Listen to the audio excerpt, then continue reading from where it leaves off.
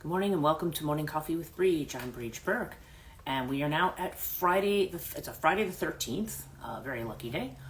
Friday the 13th of December 2024, and we have Sam. Hello, welcome.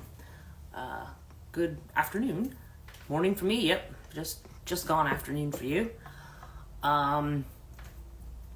Yeah, it's. I was just saying, it's actually it's a very cold morning here. I don't think we're going to get. I think the high today is going to be about 33. So that's, as you know, that's like 1 degree centigrade, right? So right now it's probably somewhere down in the 20s. I don't know. I imagine that if I have a hot flash, I'll still open the window, stick my head out. So yeah, this is okay. But yeah, it's definitely a very I don't know. It's a very chilly morning. I've got my mocha mint coffee.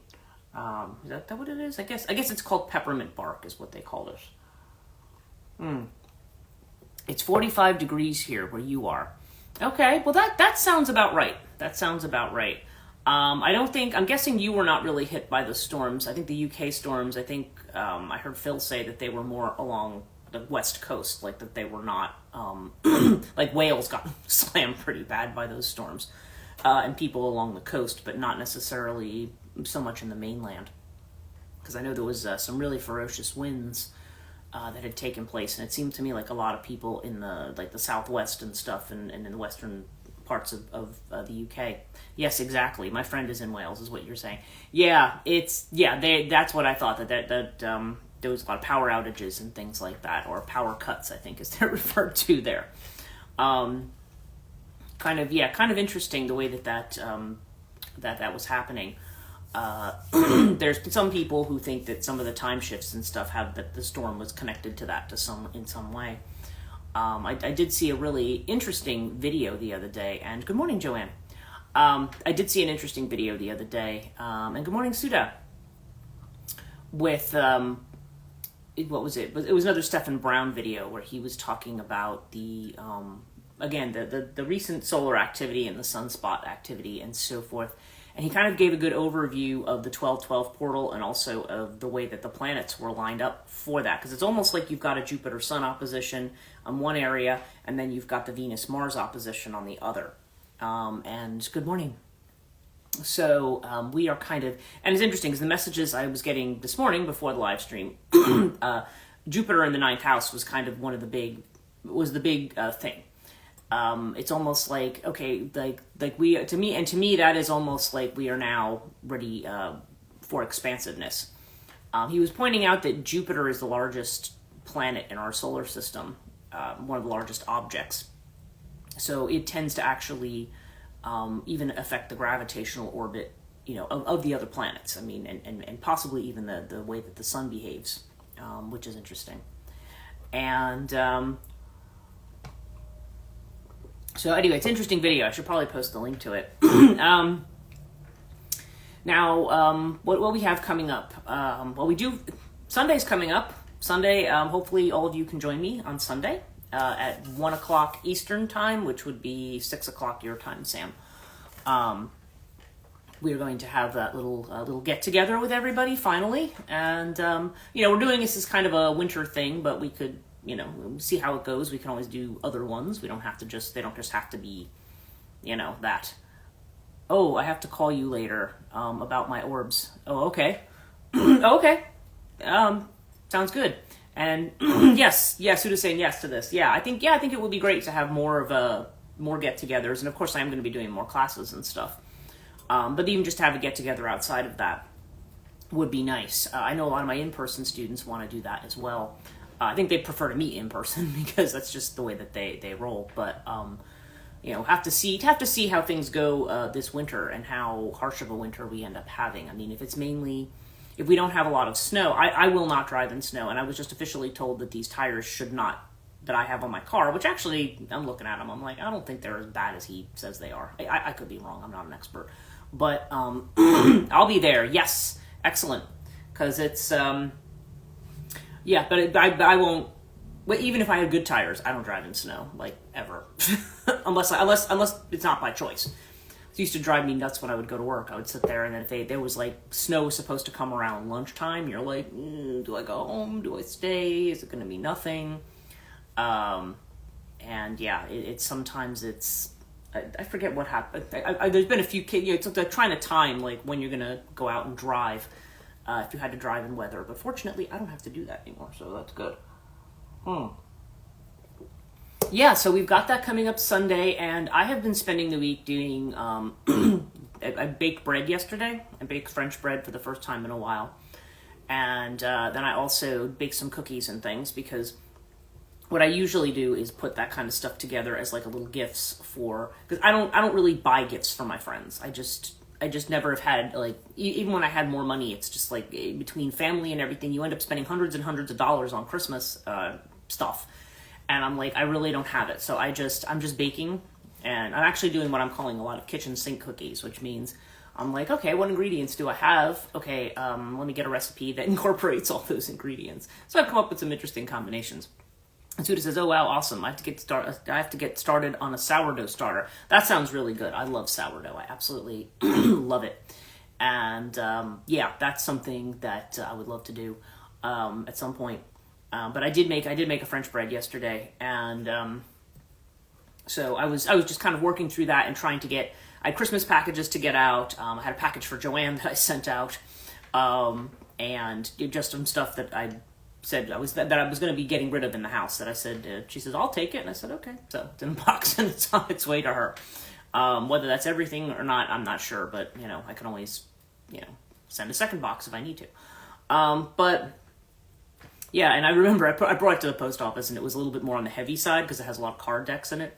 And the guy's like, and it's one of those, and I said to him, I said, it says any weight. And he goes, yes, you pack this wisely, because generally if you're going to pay for a flat rate box, you want to make sure you're really, getting your maximum value. I figured if I tried to do it, I didn't have any other boxes, but I figured if I had tried to put it in a regular box and mail it like first class or whatever, it would have been a lot more expensive than what it ended up being. So I was like, okay, that's just the way we're going to do it. So, So I've got a few Christmas cards to finish for people, I think maybe 11. And then I'm just going to pop those in the mail today. And I think I've got one more batch of cookies that I want to do, because next week is going to be busy. We've got the party on Sunday, and a lot of people are going to join us for that, our Zoom party. Of course, I don't have to go anywhere for that. I'm just here celebrating with all you folks and just catching up with everybody in a more informal setting. And then I'm going to be, I think I'm out with friends every single night right now except Tuesday. And Tuesday might be taken soon. So I don't know that I'm going to be doing a whole lot of appointments next week. I'm trying to keep the weekends open for that. But yeah, it's it's very much going to be it's going to be a very busy week. And so I told people, go out with me now while I still have some money in the bag. Next month it's going to be very lean. I mean, I might have some money coming in from some of the projects I'm doing, but not it's not going to be where I have the steady paycheck every 2 weeks from teaching. So so that's always a thing. So okay, so what was the theme that came up today? And Melissa's joined. Hello, Melissa. It's good to see you back in here.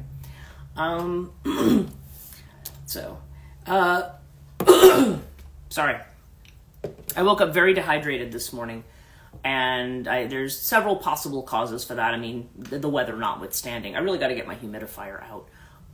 But I immediately got up and I was like, I have this like tablets for like the electrolytes to kind of do that. I was just doing that this morning just to try to get myself like back to, because I was looking at myself. I was like, wow, you look really, really dried out. So, I had to do a little bit of that. So I'm glad I got up early this morning. But the message that I got this morning was rather interesting, because in the midst of what's been going on, okay, well, what's going on astrologically, whatever's going on with these drones, I feel like, and again, I don't want to belabor that, especially for people who are not in New Jersey and not experiencing these, but I do think that they represent something that's been talked about that's going on. And and it's interesting because the Pentagon made a statement yesterday, and they actually said, because they were questioned about it, there was the press briefing, and they said they are not foreign drones. This is what they're 100% certain of, and they said no, 100% not foreign drones, not U.S. military. And when they said, okay, then the follow-up question would be, all right, well, if you know what they're not, then you must know what they are. And the only thing I think John Kirby could say was, well, some of the photos sent to us were of actual commercial aircraft. And I'm like, no, that's another non-answer. Well, some of the pictures were only of that. They're not answering the question. They're still not answering the question as to what they are. And all the mayors, of course, got really ticked off. They're like, you're an idiot if you think that those are commercial aircraft. And it's funny, I was watching them last night. I was thinking, what is actually... I was joking in my head, mind you, this is a joke. I was kind of like, what if it's Santa? Maybe I should, put cookies out for them or something, maybe that's what it is. Maybe we should just, maybe we should make friends. I don't know. I don't think they're unfriendly. That's what I said. They might be... I don't know. It seems to be saying that... Basically, what I got was that whatever Azrael says, whatever's happening is part of whatever process Earth is going through right now, whatever changes is happening. And he said, you don't have anything to worry about. He says, yes, there is some aggression to what they're doing. He says, but it doesn't. Nobody you don't have to worry about it, and nobody here has to worry about it. But still, it's unsettling people a lot, and. But it was interesting that that's what they said, and all they're saying is yep, it's not this, it's not this, it's not this. Oh, some of the photos were of this. We're not saying what the thing actually is because they're still investigating it. If it was just commercial aircraft, that would be the end of it. But it most definitely is not commercial aircraft.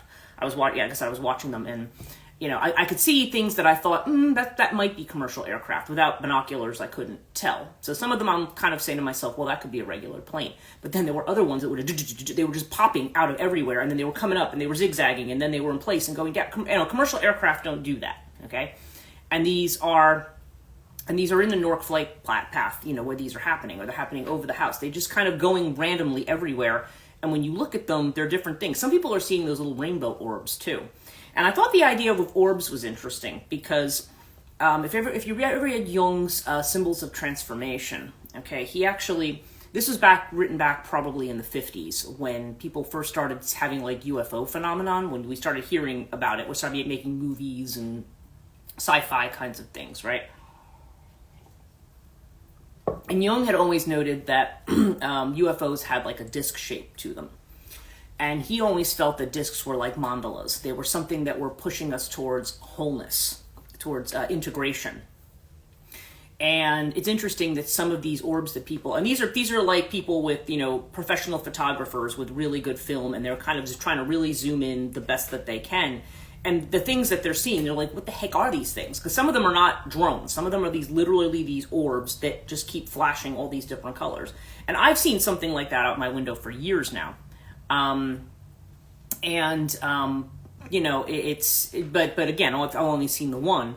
Now people are seeing them all across the ocean and everywhere as well. They seem to be all over the place. And I just think it's interesting, from a psychological perspective, that this is kind of that it's almost again, there's this push towards integration. There's this push towards wholeness. There's that circular image. For those of you who took the intuitive development, we were talking about the circle. What is the, how do you draw a circle, How do you make that circle? And so, yeah, there's something here about that is happening about, certainly I feel like there's shifts. I do think there have been more timeline shifts and things like that as well. But I feel like it's also, we are kind of, I don't know, we are changing, and we're moving towards being more whole, more complete, more in tune with what's around us. The card I pulled for this morning was interesting because it was called Experiencing. Now, this is the Three of Wands. And as you can see, it's a woman hugging a tree. Okay, it's an older woman, and as they point out, she's got white on the inside of her cape, I guess you would call it. And they said the white is kind of like the heart that's kind of untainted. They always use the word purity. I have my issues with the word purity. Suda said, someone I know said aliens will put an end to religion as we know it and move towards oneness. You know what? I don't doubt that whether it's going to be aliens, whether these are, whatever's coming in, okay? Or some people think, so much speculation, don't know what to make of it. Yeah, right. There's also the sense that they think some of these are coming out of the water, too.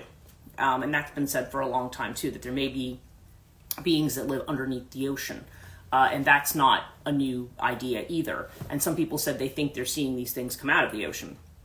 And Suda said, I'm good with oneness, though. Well, yeah, and I'm actually good with old forms of religion going away. And Melissa says, do they only come out at night? Well, if they're out during the daytime, we're not sure. Basically, if you have like an infrared camera, you're able to see them. Sam says, a dream told me that it's part of the earth, like they are natural, like bacteria is natural in the soil. I don't know what you think about that. I think some of them are coming out of the earth, but I think they're coming out of these other dimensional spaces, or part of the sky earth. I feel like it's something that's coming out of like all places around the universe, including beings that may already be here. I think it's both. Because you're seeing a mixture of things in the sky. I think this is what's making it hard to identify, and why some people are getting like regular commercial aircraft in with the other stuff that's going on, because it's so hard to tell, and there's so many different things that seem to be going on. And I was watching one thing the other day where the guy said one thing, like somebody got a film of it morphing into something else. So some people like, are these mimics? Are they mimicking drones, but they're not drones? Because some of them have sound, some of them don't have sound. It's a very, very weird situation. And I feel like this weirdness is meant to kind of, we've got this Beyond Illusion card. I mean, I think it's meant to wake us up to the fact that there's not always this, with the way that it's trying to break us out to a certain degree of the way that we're thinking. Now, again, yes, that can also breed conspiracy theory that is just, that isn't true. And it's hard to know what's true. But it basically, like I said, what I have been told by Azrael is he said, no, don't. There is a big change going on. Yes, what you're seeing is part of that, but it's not something you have to be afraid of. It's basically, kind of like what the government says: no known threat to the public. But basically it's something that feels like, I don't know. It definitely feels like there is, But you were talking. Okay, back to Suda's point about religion. I have been seeing a lot around that, especially from Azrael, where he talks about the old god's going away, the old god's going away. And the kind of scenario he's kind of talking about, even though he's kind of talked in very Gnostic terms before, like archons and things like that, I think that the scenario feels almost more like, like a battle of one of the deities with the kind of more, we're going to call them more materialistic forces of the earth, the ones that are about, power and greed and exploitation. When you read the Hindu epics, the goddesses come out and they make war on this. The feminine makes war.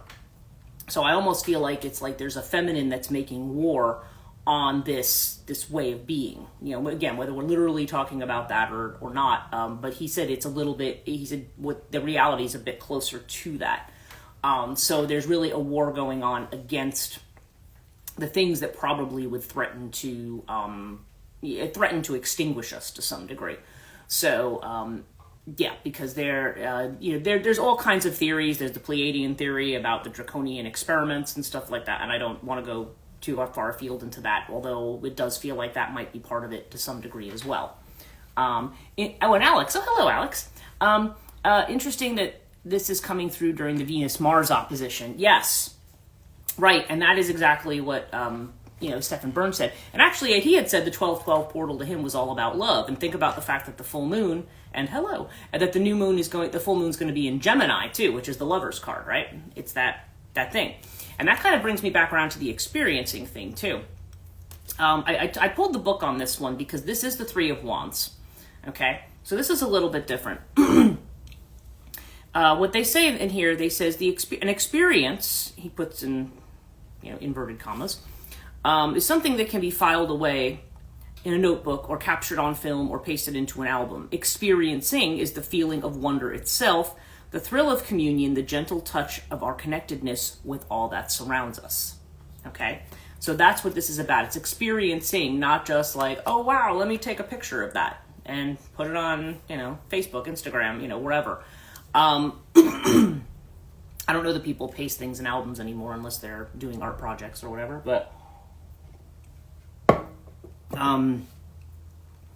but yeah, this is, and then the meaning of the card is, nature doesn't bang any drums when it bursts forth into flower, nor play any dirges when the trees let go of their leaves in the fall. But when we approach her in the right spirit, she has many secrets to share. If you haven't heard nature whispering to you lately, now is a good time to give her the opportunity. So yeah, there's a lot here about connection. So kind of back to Sudha's point about oneness and what you were talking about, the Venus-Mars opposition. The opposition is actually meant to make us rethink what we're doing about relationship, whether that be romantic relationship, whether that be other kinds of partnerships, the idea of what it means to relate. Because we really relate to everything. I think we live in a mythological paradigm that is focused on difference. It's in the West, there's the Adam and Eve myth where, they eat the apple or the forbidden fruit, really. Nobody really quite says it's an apple until later, but they eat the forbidden fruit, and then they know that they're different. Okay, so we have a tendency to focus on what's different. We focus on measurement. We focus on, the length of things. How much time do we have? It's life versus death and things like that. But the insight that we're talking about here, again, Alan Watts talks about this. I have his Psychology East and West, which I occasionally get to pick up and reread some of it. And I remember he was saying that, Psychotherapy East and West, I think is what it's called. So, yeah, Watts actually will say, he said, you want to look at it the other way around. We always look at it from the perspective of, me, I'm different from this coffee cup and from my phone and from these cards. But we exist, what he's saying is you exist in relation to those things. We exist in relationship to everything. So, what we think about is us as being part of that system. Instead, we tend to think of everything as if we are isolated from it and separated. And that's really the problem with that particular worldview, is that you're functioning in a space where you're separate, or you feel separate. And that separateness and that sense of isolation is what tends to drive all of our anxieties. Whether we feel we belong to a particular social group, okay? The way in which we want to feel accepted, the way in which we want community, we want to be part of everything. The kind of live and let live, you want everybody to work together and get on, but we know that doesn't happen. There's dramas, there's fights, there's people who stand in a corner and judge other people, there's there's war that goes on, there's people who take up opposing sides of a cause and are enemies. There's this good and evil thing that often gets put onto it, who's the good guy, who's the bad guy, right? And even our more modern, I guess we could call them mythologies, folk tales, certainly are, what we see in art, in film, and in what's presented in film, TV shows, and even, writing for people who still read. You can see characters presented in a way. I think visually especially. I used to do a little exercise with my students when I used to teach in person. And I would go through, I had a PowerPoint on symbols. And we would start with simple things. And I would start with things that they would know, like stuff they would see on their phone. They're like, oh yeah, I know what that is. That's airplane mode. That's low battery. That's this, that's that. You start with some symbols like that. And then we'll get into showing like the yin and the yang. Then we get into showing some of these other ideas. I would always show them the swastika, like the Hitler swastika, and they would say, "Oh yeah, that's Nazism," and so forth. And then I would go and show them the swastika that's usually under pictures of Ganesha, and they're like, "Wait, what?" Like they didn't connect the fact that was meant to be a sun symbol. And so, again, just talking about symbols and associations, because some people look at that symbol and think, oh, why is that swastika under there? Well, because that was something Hitler co-opted. Originally, it meant something else, right? And then I'll show them pictures like from different things. It can be from Westerns. It could be like Star Wars, where you got like Luke Skywalker versus Darth Vader. And we look at those pictures, and I'm like, all right, so like sometimes I would pick something a little less. I mean, Star Wars, I think most people know. So I'm like, let's pick something a little less obvious here. So if I show you a gunfight and there's a guy wearing white and there's a guy wearing black, you tell me who the bad guy is. And they're like, oh, well, it's the guy wearing black. Well, how do you know? Because we have certain associations with dark and light. We have associations with day and night, and that's why we're all very, very day focused. That's why we're very positivity focused. That's why we're always very focused on just what we consider to be, like what the behaviorists would say was considered to be pleasurable, or what, avoiding pain, like seeking pleasure. Although, again, as I've said before, I'm not sure everybody always avoids pain, because I think pain can create a story for some people. And I think we just, I don't know, we just kind of do that. Like sometimes we can, our pain, when we've suffered a lot and that has built our strength, sometimes that becomes it is part of our identity. But like our wounds are part of our identity. The question always becomes whether, if not, it's always helpful to make that the thing that is the foundation of your identity. That, that those things are there and they're part of who you are. But there are other things that you may want to focus more on, other things that, rather than on the wounding, on the healing, on what's involved in being whole again. So we tend to be very focused on wounds. We tend to be very shadow focused, shame focused, because again, the whole thing is about, I want to relate to others. I want to be connected to others. I want others to I'm going to say, I'll use the word love, but it's not necessarily in the love in the sense of, oh, I want people who want to be intimate with me love. I mean, but just, I want people to look at me and say, wow, you're a great person and I respect you and you're worthy. And, we want that, right? We don't want people to look at us and go, God, I hate you and I wish you were dead. I mean, obviously nobody wants that, right? We want to have that kind of connection to people. But what Watts is saying is like, well, it's already there. I mean, it's just that we're looking at it the wrong way around. We're always looking at it as us against the system, or us, but we exist in connection to that system. We always exist to it, even if you're existing in a negative sense. We always exist in relationship to a system. So there's the idea that everything you do, we think about how we are moving within that. That's where that flow comes in.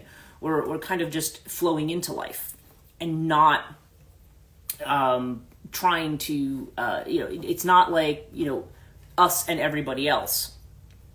And so we spend a lot of time either trying to construct an identity that we think is acceptable, or, that it really, and honestly, the people, it's not necessarily the people on the outside who are the issue. Sometimes it's us.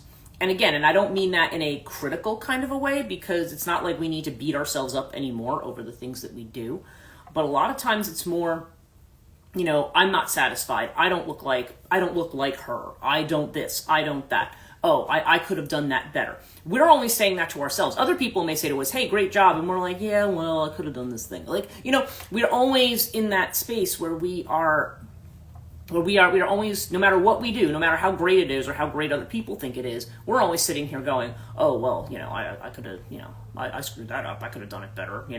I'm not satisfied with it. You know what I mean? Like, we're never, a lot of times when other people say it, or if we perceive other people as saying it, then that just makes it, then we just get upset, because that like confirms the inner thought.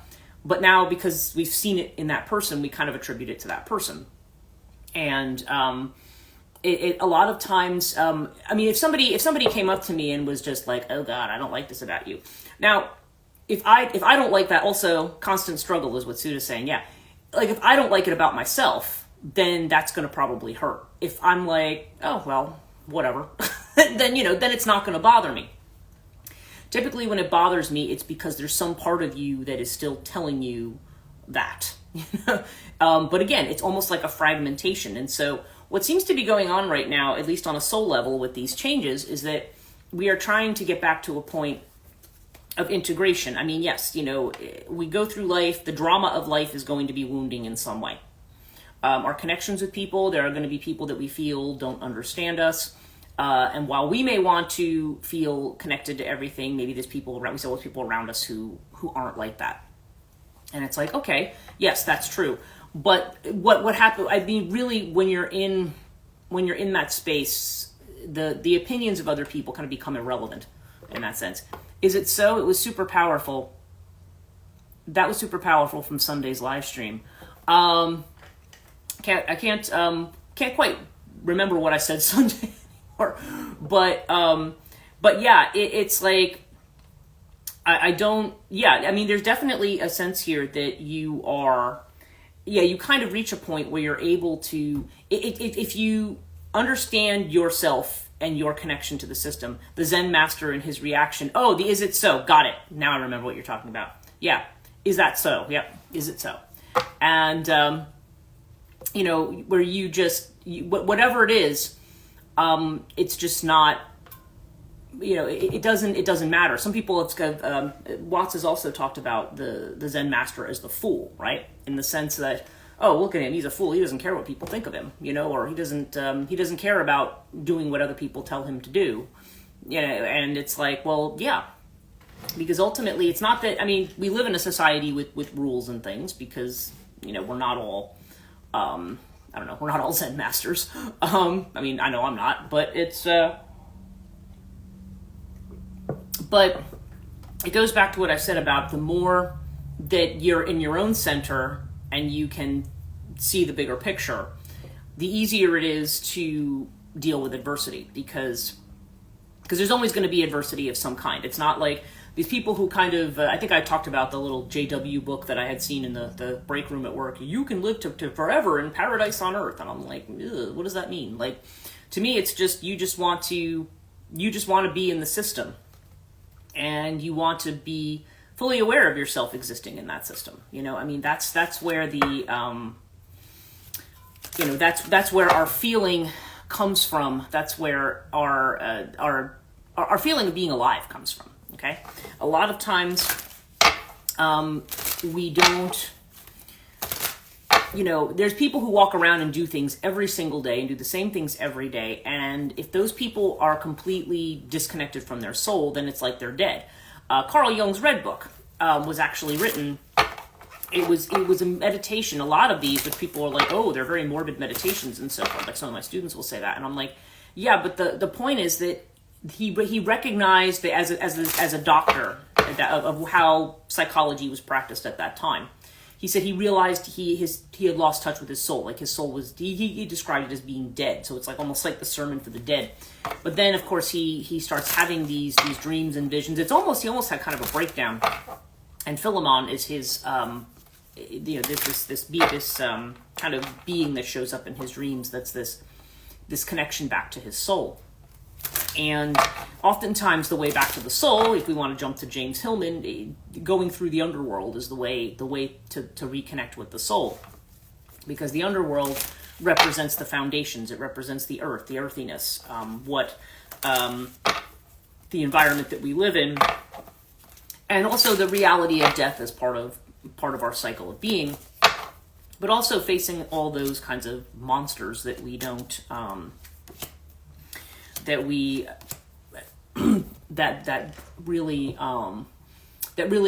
test us or test our mettle. And the question then becomes, like, the monster is something that's more internal than external, I guess. And again, I'm speaking like, again, if you're looking at it in the relationship sense, there's really no difference between inside and outside.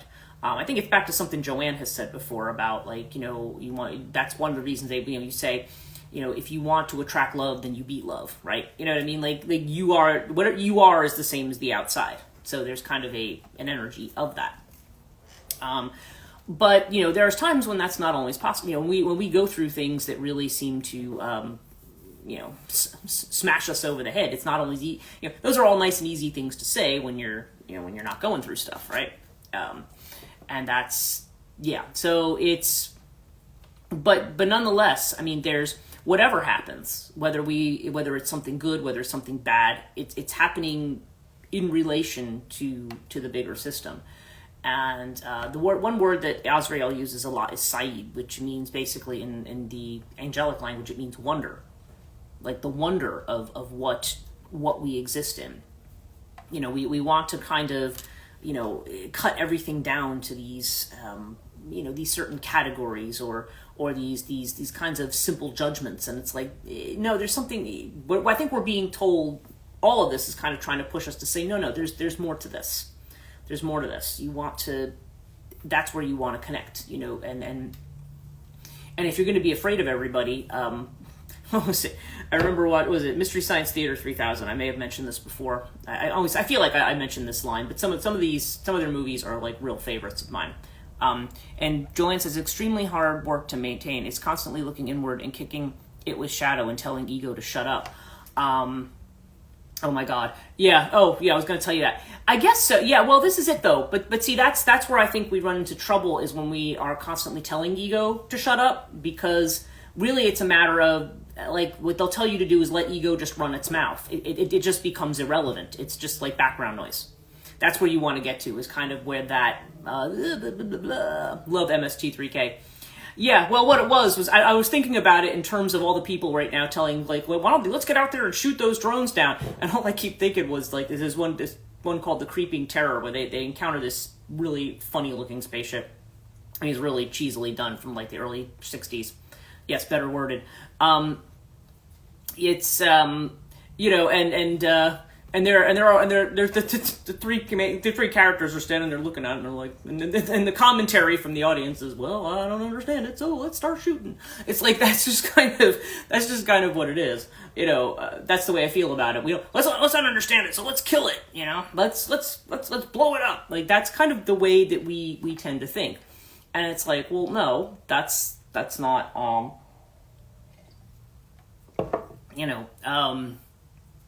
yeah, I mean, we're being called to kind of integrate what's there. And I guess that's all kind of work that I've always, kill it with fire. Yeah. Right. Well, I guess depending on what it is, right? But anyway, let's do our reading for today. The obvious option. Yeah, right. But that's a very masculine response, right? That's a very masculine response. I'm going to get my gun out and I'm just going to start firing on it because I'm afraid. We don't know what it is, so that means it's a threat and we must be afraid of it. That's xenophobia, right? That's xenophobia. That's saying, I don't know what it is, therefore it's evil and it's going to hurt me.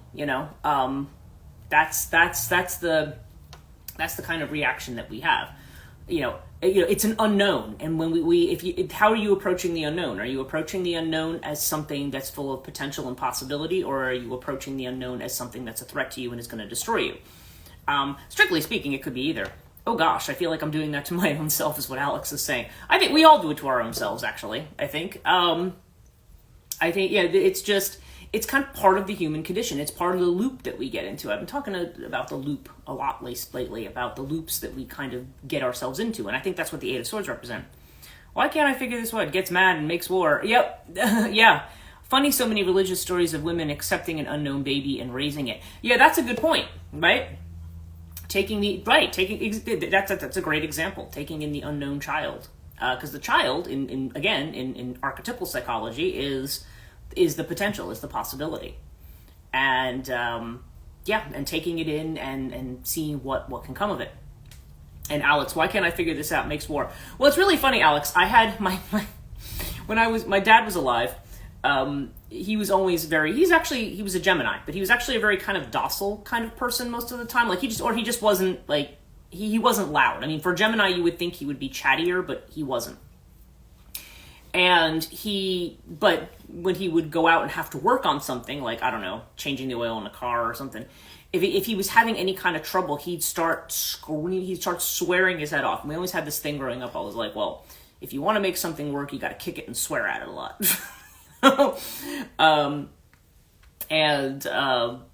Yeah, and that's just it. And right now, I think with Mars retrograde, I know I have been extra touchy with that. Joanne says, my Rav in Kabbalah says not to take the book's Torah literally, but as allegory. Yeah, I think a lot of them do. I mean, unless you're an Orthodox Jew, a lot of them, who take Torah literally to the letter, I think most Jews will take, don't take the Torah quite that literally. Because it really has to be understood in its context. It has a meaning, but it has to be understood in its context. And Alex says, oh my goodness, that's me. Yeah, well, I have been, like, all week, that's why I said, if I have to have any important discussions with people, sometimes I have to kind of wait and say, okay, let me wait until I'm not in this kind of irascible mindset, and then let's sit down and talk. Look at how it applies to life today. Well, right, and also remembering too that some of the things that we think about as all of the rules, there's actually, Torah is the first 5 books about, of Genesis, and it has to do with this creation, this flood, and things like that. And much of the Torah is that's the part of Judaism that really connects it to its neighbors. Let's be real, I'm angry this week, is what Joanne is saying. Yeah, well, you know what? You're in good company. I think there's a certain amount of frustration that's been around. For all of us have our own reasons for it. My friend with the allegory statement, you answered a question I had for you. Thank you. And you're not alone there. Yeah, I think we're all just kind of like, and honestly, that's why my style has never been to say to people, oh, you should just be happy. You should just think good thoughts. You should just go meditate it away. I mean, no. When we're annoyed with something, we have to kind of work through the space that we're in. And in fact, that's our first card. We have the 10 of Wands, suppression. Like, we're letting out a lot of what's being suppressed right now. And that is another thing that's another factor of this full moon that's coming up, of this Venus-Mars opposition that's coming up right now. What is suppressed right now? So the answer is not to just say like, oh, I shouldn't think that way, right? That's the other thing. That's the shaming. That's the should. That's the voice inside of you saying, you're bad. You had a thought that you're not supposed to have. Well, yeah, but the thing is, it's like, we're going to have those thoughts, but we just don't want to continually be pounding ourselves with it. We want to kind of say, well, okay. I don't know. It's hard. Consciously, it is something very hard to do, kind of like Joanne had said before. But it's, Joanne anger is suppressed. F the shoulds, right, exactly. It's like, but I find that if I wake up at something and I'm mad about something, then I'm just like, well, I'm mad about it. And I'm going to sit around here and I'm going to slam things around my house until I don't feel mad about it anymore. I mean, I'm not, if I have to interact with people, I have to kind of make it underground a little bit. But, at the same time, I feel like, I'm like, I'm just going to feel this. If I feel sad, I'm not like, no, I shouldn't feel sad. I have no reason to feel sad. Well, I feel sad, and I'm going to feel sad until I stop feeling sad. I'm not gonna, you'll be careful at the actions you take. You don't want to go out and punch somebody in the face, right? Even though sometimes, depending on the situation, you might feel like it. But, we have to, you have to feel, as I always said, you have to feel what you feel until you don't anymore. Because the more we try to suppress it, well, that's what they'll sometimes say. Like, that's when people who say that depression is anger turned inwards. Then when we start to feel lost and alienated and full of self-doubt and so forth, that's because that anger that we're not allowed to express is now it's turned on us. And now we're like, oh, well, look at me. I'm the one, So this is why there's this idea of expression. And internally of what we're not aware is receptivity. We are being open now. This is actually part of the heart opening process, okay, is that you are going to feel a lot of these feelings. And Mars retrograde, I feel, is, and also this Venus-Mars opposition, is how are we relating to others? How are we going to receive, given, it's a give and take, right? But how are we receiving right now what's trying to come in, and, kind of what's been kind of gumming up the works that's in the way? What do we need to let go of, right? And the external feeling of which we're aware, and I'm sure many of us are not feeling right now, is the card of patience, right? This is the patience card. So this is saying, and remember too, 7 of Pentacles is also a reevaluation that goes on, right? This is when we are, when we're looking back and saying, was this futile? Is this worth waiting for? Did I take the right steps? Like, when it's that evaluation process. But this is telling us that we need to be patient with what's going on. And what are we moving towards? Here's our 10 of Cups again, harmony. And I've seen this a lot. Like, when I've asked questions about a lot of what's going on lately, this is what I keep getting. And 10 of Cups, this is a card of harmony. Like, what is it? Actually, that was one thing that Stefan Burns had pointed out, was that Venus and Mars, talking about the children of Venus and Eros and Aphrodite, or Venus and Mars, one of their children, he was saying Eros was their child, but Eros is not their child. Nothing to do with Mars. Eros existed, I don't know. Eros has kind of a weird origin story. Eros is actually, I don't know if Eros is an asteroid or a dwarf planet, but anyway, it's kind of in conjunction with the sun right now. That's another thing that's going on. which is why love, I think, is highlighted, or relationship is being highlighted. And but Harmonia is actually one of the children of Venus and Mars.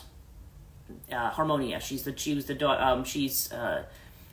child who became the wife of Cadmus of Thebes, who the founder of Thebes. So Harmonia is the love child of Venus and Mars. So, and that's harmony, right? So this is all about, it's about harmony. It's about trying to come into harmony, like we were saying, trying to find where we fit into that flow.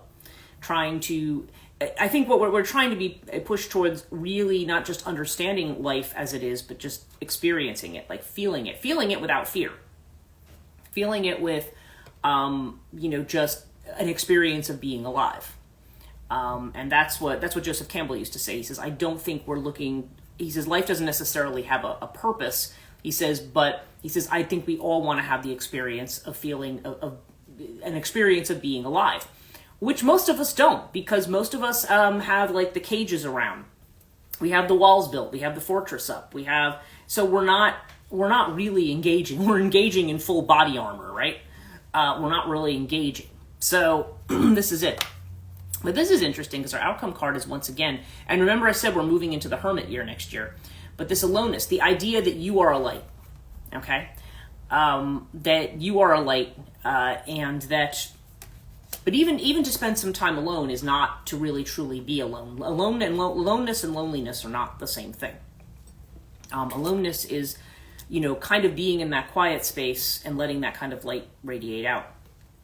And and that's the thing. That's the thing that we're trying to figure out, is understanding the light, not all of the aspects that we've either inherited collectively, or that are part of the culture, or part of our education, or part of our family, where we sit there and we have this scolding disapproval, or as Watts would say, like we're on probation all the time. You're born into the world and it's like, okay, now you're on probation. You're already in trouble. Because right from the beginning, people are trying to mold you into what they think you should be. So, any case, we are past time, but I am going to just pull a quick Tao card for today. I felt like bringing these down. And one jumped out. Oh, this is interesting.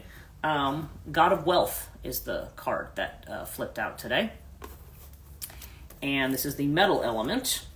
Let's see, this is the little book that's hard for me to read because of the way she has the images on here. Kai Shen is the god of wealth and prosperity in Taoist cosmology. He can grant wealth and ward off bad luck. His name is often invoked during Chinese New Year celebrations, where well-wishers bestow prosperity on others. This card indicates good fortune. It symbolizes, have a fantastic day, Joanne. Kai Shen supports your pursuits. If inquiring about children, it means a new addition could be anticipated for some people, but it's interesting we're talking about children. Oh, you're welcome. Claiming it, needed that. If inquiring about career, a good turn of luck in either or your current job or a new one. If you're focused on health and healing, this indicates that help is here to release unhealthy energies and put you on the road to recovery. So tie up loose ends, pay off emotional debts, balance your karma to properly receive Kai Shen's blessings. Okay, so anyway, that's a nice little thing to end with. Thanks a lot, guys. I will see you all tomorrow morning, and so have a good rest of your Friday.